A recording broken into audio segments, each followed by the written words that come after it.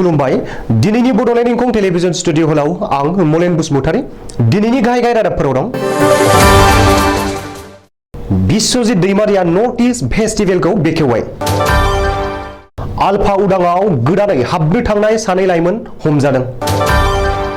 मदिनि मेलाव थांनाय गारिनि जाब्रबथायाव गोबांसा जखम। हाखराव गोग्लैनानै नखरसेनिनो साथाम बिदा फंबायनि जिउ खहा। बरपेटायाव लामा जाब्रबथायजों सानै सुबुंनि जिउ खहा। जम्मु काश्मीराव रैखाथि हानजाजों सानै उदखारिया गावथारजादों। बङाइगावआव फिसाज्लायानो गावनि जोनोमगिरि बिमाखौ बुथारदों।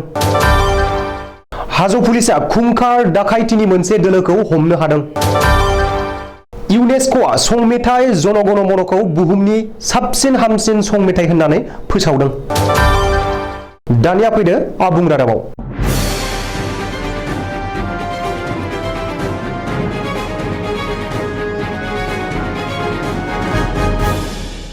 आसाम आयेन आफादनि बुंथिगिरि बिश्वजित दैमारिया दिनै नर्थ इस्ट फेस्टिभेल 2022 खौ बेखेवबाय। भारत उदांस्रि 75 बोसोर आबुं जानायखौ लोब्बा लाना डनार मन्त्रालयनि बानजायनायाव दिनै गुवाहाटी खानाफारानि भेटेरिनारि फिल्डआव आजादी का अमृत महोत्सवआव खुंदों। आजादी का अमृत महोत्सवजों लोब्बा लानानै दिनै नर्थ इस्ट फेस्टिभेल 2022 खुंनाय जादों। जाय हाबाफारिखौ आसाम आयेन आफादनि बुंथिगिरि बिश्वजित दैमारिया दिनै बेखेवनानै होयो। मिथिनो हानाय बादिब्ला आजादी का अमृत महोत्सव आरो नर्थ इस्ट फेस्टिभेल 2022 जों लोब्बा लाना हाफ माराथन वाकथन आरो साइक्लथन हाबाफारिबो बानजायदों। बिश्वजित दैमारिया दिनै फुंबिलियाव हाफ माराथन वाकथन आरो साइक्लथन हाबाफारिफोरखौ फिरफिला जांख्रिनानै जागायना होयो। बबेखानि बे हाबाफारियाव एयार मार्शेल अन्जन Kumar Gogoi, VVSM, AVSM, VSM आरो माखासे गोजौ थाखोनि मावख'गिरिफोर आरो लाइमोनफोरा बाहागो लायो। मख'नो गोनांदि सा सानजा ओनसोला स्पर्ट्स पावार हाउस महरै मुंदांखा आरो बेबादि हाबाफारिफोरा स्पर्ट्स आरो फिटनेसनि सायाव प्रमोट खालामनायजों लोगोसे लाइमोनफोरनि गेजेराव सांग्रांथि लाबोयो होननानै बिश्वजित दैमारिया गावनि अफिसियेल फेसबुक पेजआव फोसावदों। आलफा उदाङा सोमोनांथावै गावनि फारसेनिफ्राय सोरखारजों दावहा दोनथ'नो फोसावनायनि गेजेरावबो आलफा उदाङाव गोदानै सोद्रोमा हाबनायनि दोहौ सोलिफुदों। थांनाय बोसोरसेनि गेजेराव आफार आसामनि माखासे लाइमोनफोरा आलफा उदाङाव जयेन खालामनो थांनानै पुलिस आरो रैखाथि बिफानजों हमजादों।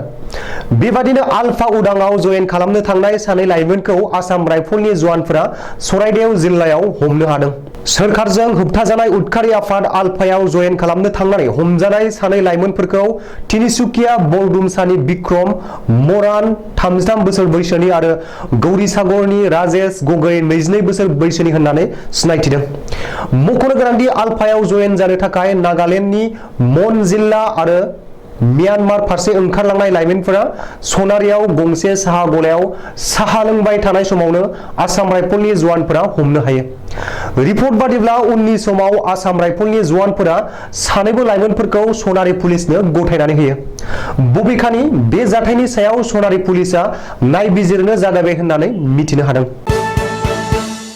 आसामाव गुबुन गुबुन केन्सार हस्पिटाल आरो जौगाखांआरि बिथांखि बेखेवनो थाखाय दिनै गाहाय मन्त्रि नरेन्द्र मदिया आसामाव दावबायफैदों। गाहाय मन्त्रि नरेन्द्र मदिया दिनै सानजौफुआव कार्बि आंलं जिल्लानि लरिं टेपियाव मोनसे गेदेर सुबुं थुबुरमायाव बाहागो लायो।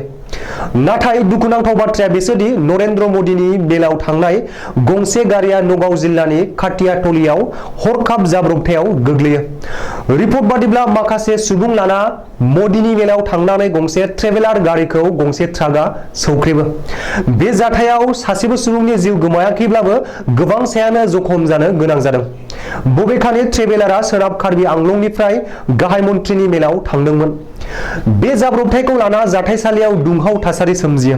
ओरैहाय जाब्रबथाय जानायनि उनावनो माखासे समसिम जाथायसालियाव पुलिस नुजाथिहैयाखैमोन होननानै अजद थिखांदों। जाब्रबथायाव जखम जानायफोरखौ जायगानि सुबुंफोरनि मददाव बोखांनानै देहा फाहामसालियाव दैथायहरनाय जायो होननानै खौरां मोनदों। डिब्रुगढ़ जिल्लानि थिंखंआव मोनसे दुखुनांथाव आरो बिखाखांथाव जाथाय। हाखराव गोग्लैनानै मोनसे नखरनिनो साथाम बिदा फंबायनि जिउ गोमादों। दिनै फुङाव थिंखं ओनसोलनि 2 नं रङा बननियाव जादों बे दुखुनांथाव जाथाया। 2 नं रङा बननियाव हाखराव गोग्लैनानै मोनसे नखरनिनो 3 बिदा फंबाया जिउ गोमादों। जिउ गोमानाय 3 बिदा फंबाय आरो लाइमोनफोरखौ फारियै 22 बोसोर बैसोनि पुलिन हेम्ब्रम, 17 बोसोर बैसोनि कुलिन हेम्ब्रम आरो 12 बोसोर बैसोनि टुकु हेम्ब्रम होननानै सिनायथिदों।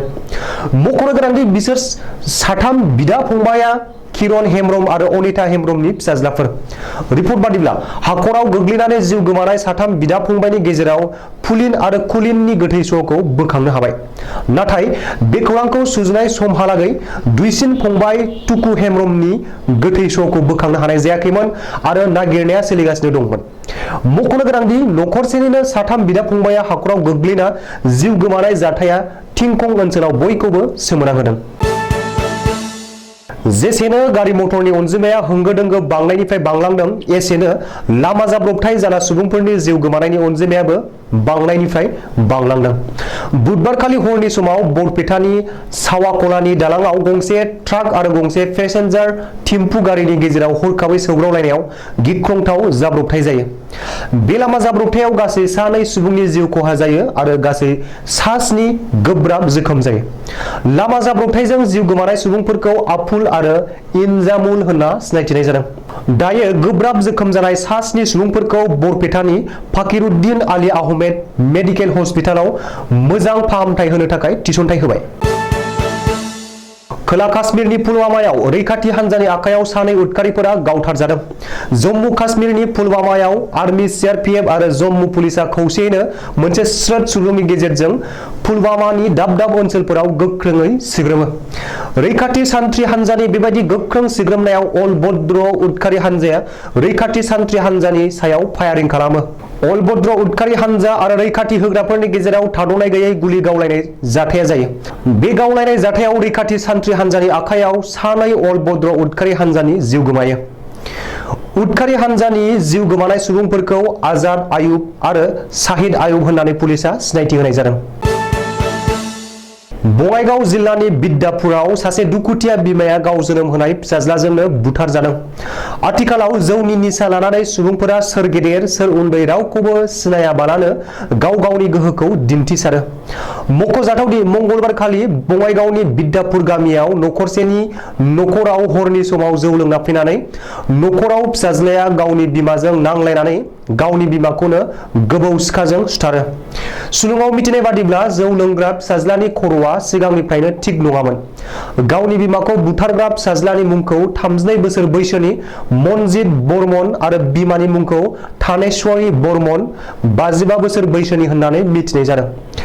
आथिखालाव बिमाखौ बुथारग्रा फिसाज्ला मनजित बर्मनखौ पुलिसा एरेस्ट खालामबाय होननानै सुलुङाव फोरमायदों। कामरुप जिल्लानि हाजो थाना बेन्दोंआव दाब दाब जायगानिफ्राय पुलिसा 2 डाकाइतखौ हमनो हादों। सुलुङाव फोरमायनाय बादिब्ला हाजो थानानि अ.सि. एमब्राइल दैमारिनि दैदेननायाव शाहजान आली आरो मइनुल हक मुंनि 2 कुख्यात आरो मस्ट वान्टेड डाकाइतफोरखौ हमनो हादों। मइनुल हकआ पुलिसनि फैनायखौ आन्दाज मोननानै न'नि आफांथिं खिरखिजों बाज्रुमनानै फुख्रियाव बाज्रुमनानै खारनो नाजादोंमोन। नाथाय अ.सि. एमब्राइल दैमारिया होसो होसो दुब्लिबारियाव हमहैनो हादों होननानै मिथिहोदों। मख'नो गोनांदि हाजो ओनसोलाव बिसोर गोबां खेब डाकाइति खालामबोगासिनो दंमोन आरो बेनि अनगायैबो मोसौ खावनायावबो लोब्बा दंमोन होननानै पुलिसनि सुलुङाव फोरमायदों। कवि गुरु रबीन्द्रनाथ टेगरजों सुजुजानाय भारतनि हादरारि सं मेथाइ जन गण मनखौ आथिखालाव इउनेस्क' एबा united nation educational and scientific council अर्गेनाइजेशनआ मुलुगनि बयनिख्रुइबो साबसिन हामसिन सं मेथाइ 2022 फोसावदों। भारत हादरनि थाखाय बेयो मोनसे जोबोर गोग्गाथाव आरो जोबोर मोजां खौरां होनजायो। मख'नो गोनांदि जननि ओंथिया सुबुं, गणनि ओंथिया हानजा, मननि ओंथिया गोसो, अधिनायकनि ओंथिया दैदेनगिरि, जयहेनि ओंथिया देरहासारनाय, भारतनि ओंथिया भारतआनो, भाग्यनि ओंथिया बराद, बिधातानि ओंथिया बिगोमा एबा जेनिबोगिरि। बेबायदिनो जन गण मन सं मेथाइयाव थानाय मोनफ्रोमबो सोदोबानो गोथौ ओंथि दंखायनो आथिखालाव मुलुगनि बयनिख्रुइबो साबसिन हामसिन सं मेथाइ 2022 सन्मानखौ मोननो हादों। दिनैनि रादाबा एसेनोसै। गोजोन्थों।